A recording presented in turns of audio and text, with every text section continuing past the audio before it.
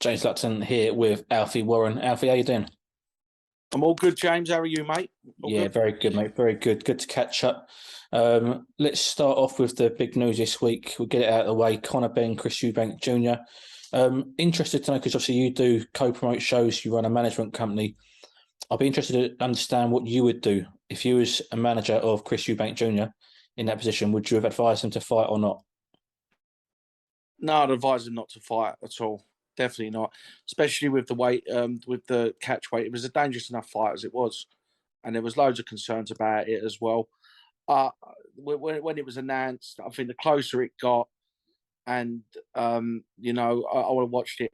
To be honest with you, it wasn't a fight that particularly interested me anyway. So, but it was to ask a 33-year-old man to, drop that weight. And I know everyone says it's £3, but I'm telling you, it is a lot to do that, and to have a rehydration clause after as well is so dangerous. And you know, I know it was probably all like it was all overseen well, probably with the weight checks and everything else. But that's got to take something out of you, without a doubt. He's not a young man, Chris Eubank as well. So, but money talks, and people will do things for when there's a big lump of money there, you'll make yourself do it. But I don't think it should have been really. I don't think it should have been made in the first place. And like you say, if it wasn't for the names, it holds no value. To be honest with you, I don't think both of them are and not even the best in their weight divisions in this country. I don't think so. And I think to be honest with you, it's a mismatch as well. I just think that I think Chris would have destroyed him. I think it was a silly fight to even put Conor in. And it was. I'm very surprised they took it, but say it again, money talks, and but sometimes you got to look past some of the money and all that sort of stuff. He might have earned a few. He might have earned a few quid, but in the long term, if which I'm really really confident that Chris would have done a job on him.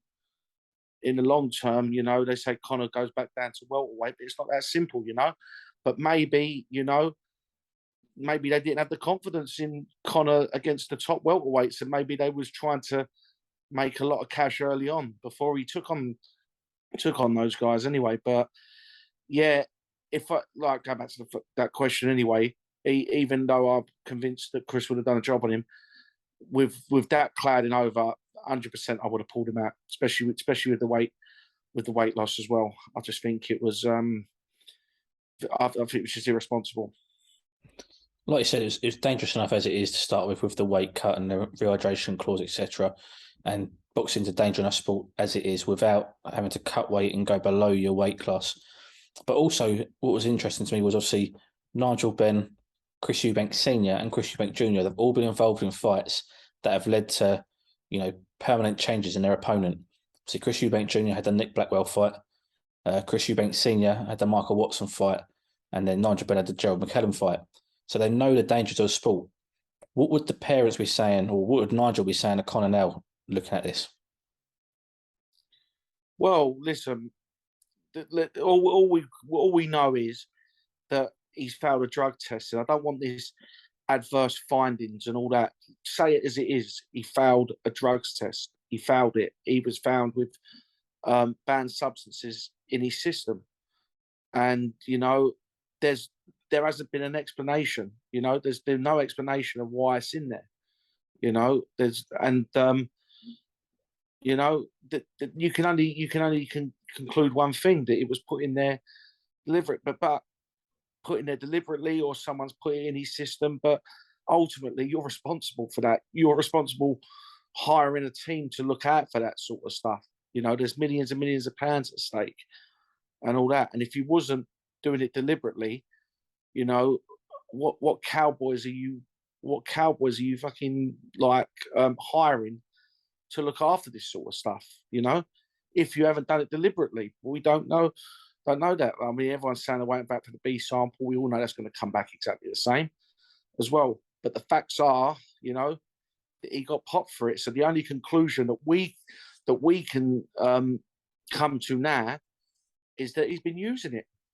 And you know, if I was Nigel as well, I'd be very, very, very disappointed. But you know, something's got to come out of it, and you know, they have to have an investigation, and they've got to come to a conclusion of why this has happened, if he's took it or whatever.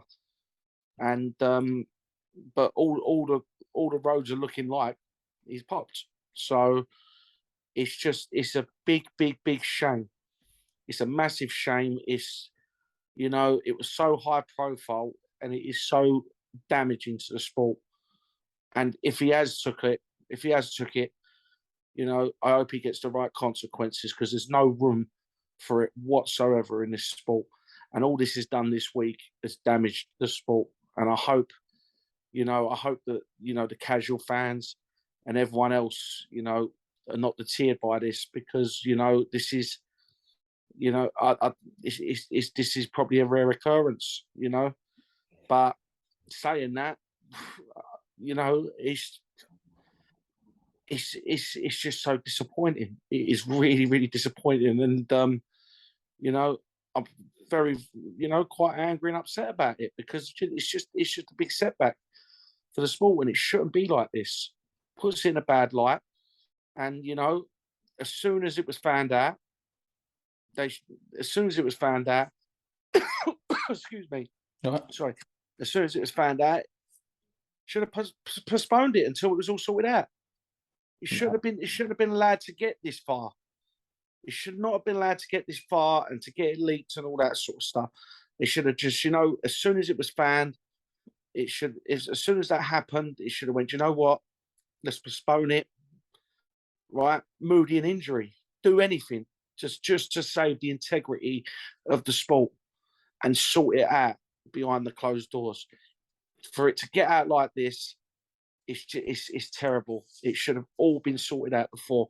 And you know what? It's all this thing. Oh yeah, well we all had a chat and we was going to carry on. Like that's ridiculous. And I can understand. Look, you know, promoters are under pressure from broadcasters and everything to deliver for them. But you know, don't think of your wallets. You know, this is the sport that has made these people a hell of a lot of money. Show a bit more respect for it. Absolutely. No, absolutely. I agree. Let's move away to talk about some positive news. Yourself, Warren Boxing Management, all going well over there, I see. How's things been? It's been a very, very good year, James, to be honest with you. We put on some, you know, we joined up with Mark Nielsen start of the year, and you know, the partnership's going very, very strong. The shows are getting just better and better. We're going into, you know, new territories, uncovering some great talent. And you know, I was talking to Mark the other day, and I just said I was going back to some of the bills that we've done, and like I don't like even the main events and all that.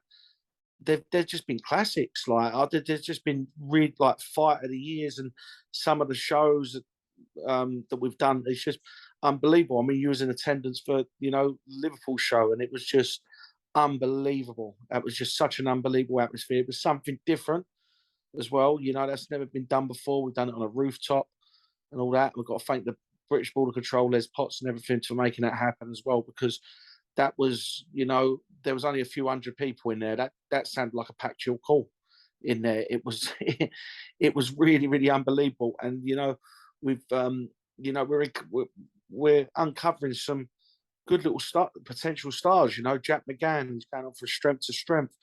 Even though we don't manage him, Jordan Dujon, the year he's had has been unbelievable. The fights that we've got him in, and we got in the Southern Area title, and that's one of the fights of the year.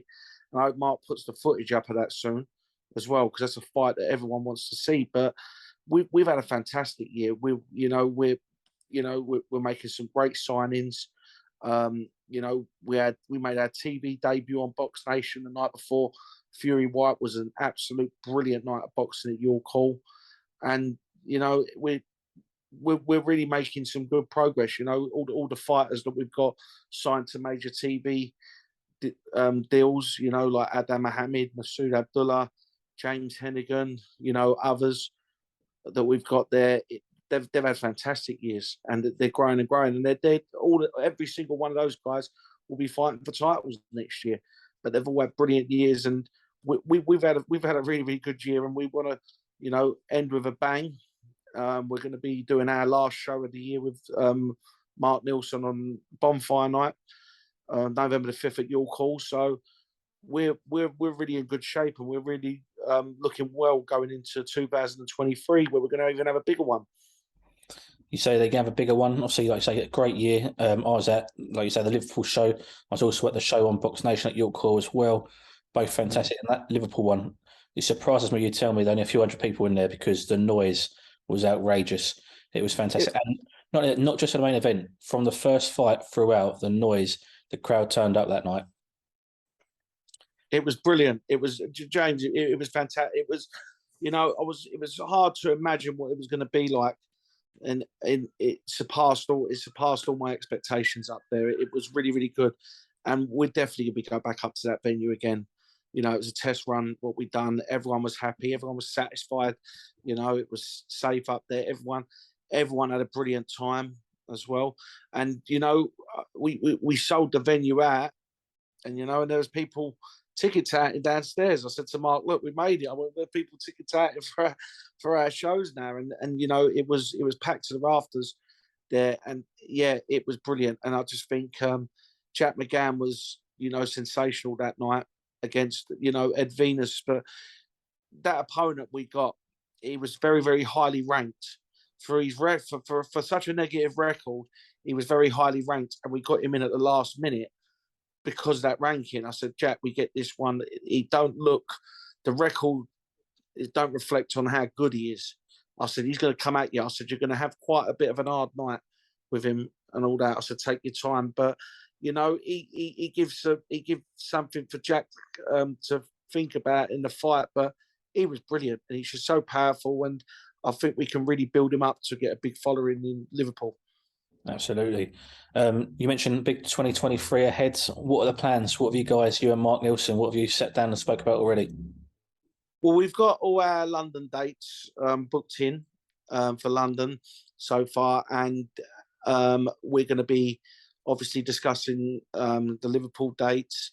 Also, we've got potential dates up in Newcastle and other places. We just really, really want to branch out around the country next year, and we'll be looking for some talent that can headline those shows up there, and see where we go from.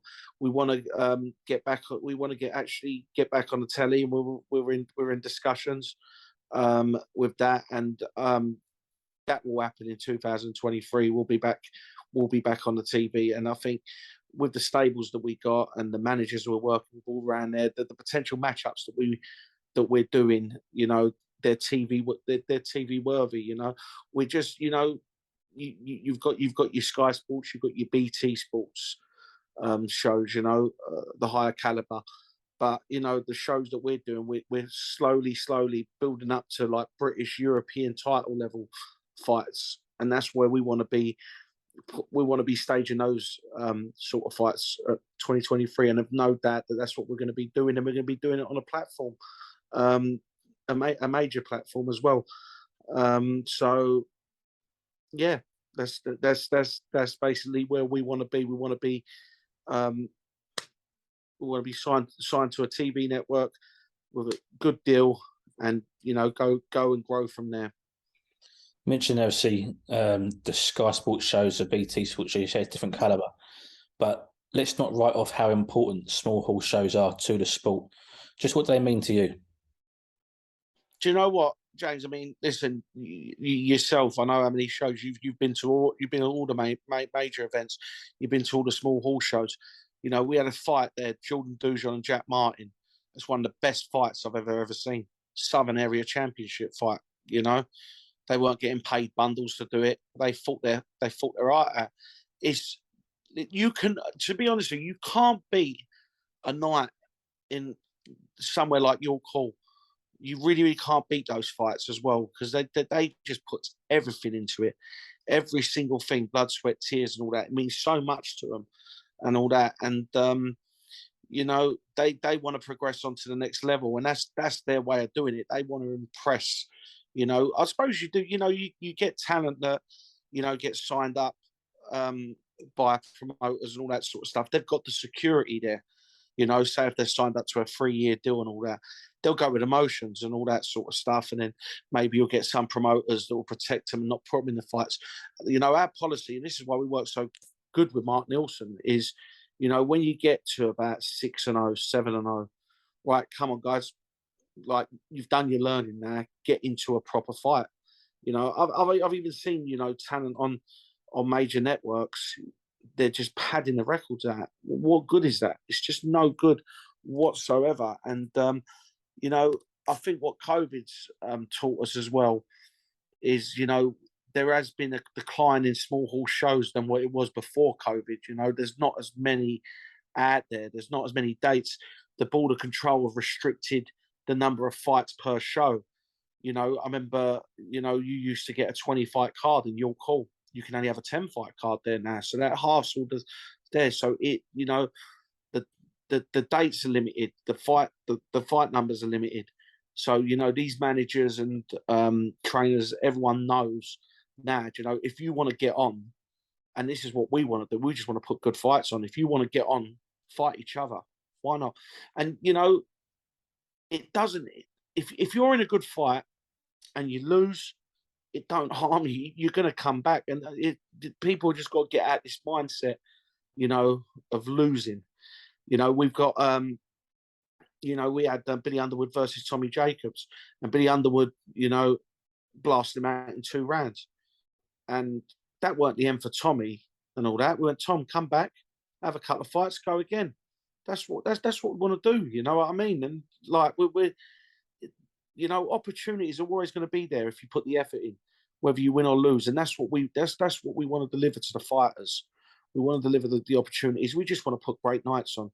We're all boxing fans, you know. I want to see great fights. I don't want to see boring nights of boxing. I want to see 50-50s.